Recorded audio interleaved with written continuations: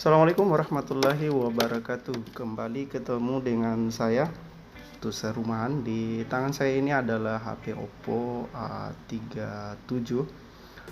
Kasusnya adalah mati total. Kalau dilihat dari penampakan depan ini memang sudah sangat memprihatinkan karena sudah retak-retak juga bagian dari touchscreen HP ini. Oke, langkah pertama tentu saya akan mengecek terlebih dahulu berapa arus ampere yang masuk. Jadi saya kalau kebiasaan menganalisa HP mati total seperti ini, saya cek dulu arus yang masuk untuk memastikan IC power itu bagus atau tidak, atau terjadi korslet atau tidak, teman-teman. Jadi saya lihat ini ampere yang masuk cuma 0,10 ampere. Jadi ini indikasinya tidak normal, teman-temannya. Jadi ada indikasi bahwa di jalur pengecasan ini ada masalah. Coba saya hidupkan dengan menekan tombol on off ini, teman-teman. Ternyata ini tidak ada respon sama sekali ya. Jadi tidak ada respon padahal saya sementara melakukan pengecasan, maupun ketika saya coba nyalakan kembali seperti ini, saya coba tekan kombinasi tombol ya, volume atas dan power, ternyata juga tidak ada respon sama sekali, teman-teman. Jadi kasus ini tentu khusus kepada sesama teknisi, baik yang sudah pemula maupun yang istilahnya mungkin senior, tidak ada salahnya coba-coba singgah di channel ini untuk kalau bisa ya ada masukan, diberi masukan di kolom komentar apa yang kurang daripada ini. Oke, teman-teman, jadi ini sudah saya bongkar. Jadi penampakannya ini sudah dipastikan ini adalah bekas garapan, teman-teman. Jadi ini kaleng-kalengnya sudah terbongkar, namun saya tidak ingin menyalahkan siapapun karena memang ini HP karena sudah pengeluaran lama ya. Jadi wajar saja kalau memang sudah ada bekas pengerjaan di mesin, teman-teman. Oke, tidak usah berpanjang lebar saya menjelaskan. Saya coba membuka dulu terlebih dahulu mesinnya. Kita buka terlebih dahulu. Jadi cuma sambil kita lepas kaleng, teman-teman. Jadi kita pastikan lagi ya. Jadi ini bukan untuk mengukur berapa arus ampere yang masuk, tetapi untuk mengukur berapa voltase yang sampai di konektor baterai, teman-teman. Caranya adalah kita setel pada setelan 20 volt ya. Jadi volt DC tentunya. Nah, kita letakkan probe yang merah atau positif di positif, kemudian di yang hitam itu negatif di negatif. Ternyata voltase yang keluar cuma 0,22 volt. Jadi betul-betul ini bahwa indikasinya pengecasan ini ada masalah, teman-teman. Jadi jalur pengecasan ini ada masalah. Mungkin makanya inilah sehingga yang menyebabkan bahwa terjadinya mati total itu karena ada masalah di jalur cas. Tapi coba saya pastikan dulu apakah ini ada short atau tidak. Namun biasanya pengaruh tidak mau dicas seperti ini juga. Ini juga biasanya teman-teman ya, itu disebabkan juga karena ada korslet ya, baik itu korslet yang full short maupun yang short kecil. Jadi caranya untuk mengetahui bahwa HP ini korslet atau tidak ya, kembali lagi kita melakukan pengukuran. Kali ini saya menggunakan multitester analog. Jadi yang merah ini selalu kita tandai bahwa yang merah itu adalah positif dan yang hitam itu adalah negatif. Nah, caranya adalah positif kita taruh di positif di konektor baterai, yang hitam itu yang negatif kita taruh di negatif.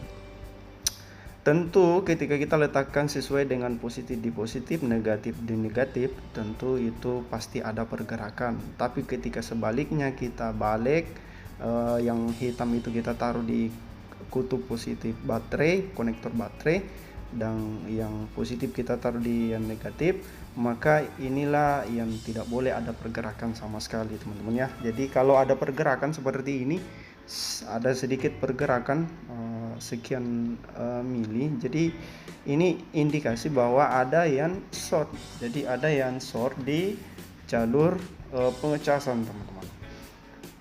Kalau sudah kita temukan seperti ini, analisa pertamanya sudah kita melakukan pengecasan menggunakan USB charging.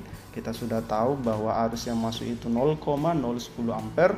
Kemudian kita tes lagi menggunakan setelan pol DC ya. Jadi multitester digital yang masuk itu 0,22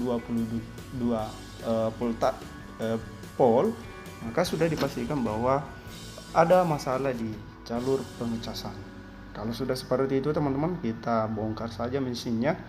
Jadi kita singkirkan dulu LCD-nya teman-teman. Jadi kita coba cek terlebih dahulu komponen-komponen yang dilewati daripada jalur pengecasan teman-teman. Tentu ternyata ketika saya balik seperti ini di bagian CPU ini, dekat CPU ini teman-teman, jadi ini sudah ada jamperan naik di dekat sensor. Jadi sudah ada jalur yang sudah di jumper teman-teman. Jadi sudah dipastikan bahwa HP ini memang sudah pernah digarap oleh teman-teman sesama teknisi pastinya. Dan inilah yang coba saya raba-raba dulu di bagian mana ini kerusakan. Alhamdulillah kebetulan karena saya ini sudah berlangganan juga dengan salah satu di dunia penyedia skema ya terbaik di dunia, Borneo Skematik ya. Jadi teman-teman yang belum aktifasi, silakan teman-teman mengaktifasi Borneo Skematik ini. Cukup murah ya menurut saya, dan ini sangat worth it sekali. Langsung saja saya buka di hardware solution. Jadi ini sudah ada solusi yang ditawarkan teman-teman. Ini hebatnya Borneo Skematik ini teman-teman. Jadi kita sisa pilih sesuai dengan analisa kerusakan yang kita hadapi. Misalkan tadi ini kan kerusakannya adalah pada charging. Nah, kita pilih saja USB charging. Nah, di situ kita akan dipandu jadi jalur-jalur mana saja yang dilewati teman-teman. Jadi sisa itu yang kita ukur, kita urut-urut. Jadi ini sangat membantu dan sangat sebagai seorang pemula seperti saya ini juga alhamdulillah sangat terbantu sekali dan mudah kita pahami teman-teman ya. Jadi seperti ini tracking jalurnya. Nah, ini kan ada beberapa kapasitor baik yang kecil-kecil ya maupun yang besar. Nah, ini kan kapasitor yang dilewati daripada jalur charging ini. Inilah yang kemudian kita akan ukur satu persatu. Tujuannya adalah untuk menemukan kapasitor mana yang short. Kalau tidak ada yang short di situ, maka kita cari lagi, mungkin ada dioda yang short teman-teman. Jadi inilah luar biasanya Borneo Skematik ini. Dan ternyata saya dapati yang short itu adalah kapasitor yang ada di dekat IC ya, dari dekat IC chargingnya ini. Kalau saya cek di skema diagramnya ini, ternyata ini adalah di kapasitor daripada PPH power ya, PPH power. Jadi tidak usah berpanjang lebar karena hanya satu kapasitor yang short. Akhirnya saya congkel saja teman-teman. Jadi inilah enaknya. Kalau kita sudah congkel ya, kita pastikan kita ukur kembali apakah masih short atau tidak. Jadi caranya menggunakan multitester, kita pilih dioda mode, lalu kemudian probe merah kita taruh di yang merah, yang hitam itu yang kemudian mencari kaki-kakinya teman-teman. Jadi mencari kaki-kaki mana yang short. Jadi Ini saya sudah ganti yang saya cabut itu teman-teman ya. Jadi kapasitor yang saya cabut itu saya kemudian ganti, lalu kemudian saya ukur, ternyata sudah keluar nilainya. Keluar nilai itu 200 miliampere atau 200 ohm. Apa saya belum terlalu paham teman-teman dengan satuan-satuan daripada pengukuran ini menandakan bahwa alhamdulillah ada sudah bagus ya, artinya sudah normal. Jadi kalau sudah seperti itu teman-teman ya, kita rakit kembali, kita tes lagi apakah ada perubahan atau tidak teman-teman. Jadi saya bukan marketing dari Borneo Skematik, tapi saya sudah merasakan alhamdulillah banyak sekali terbantu, tertolong daripada Borneo Skematik ini. Ya, sangat terbantu sekali teman-teman yang teman-teman yang ingin merintis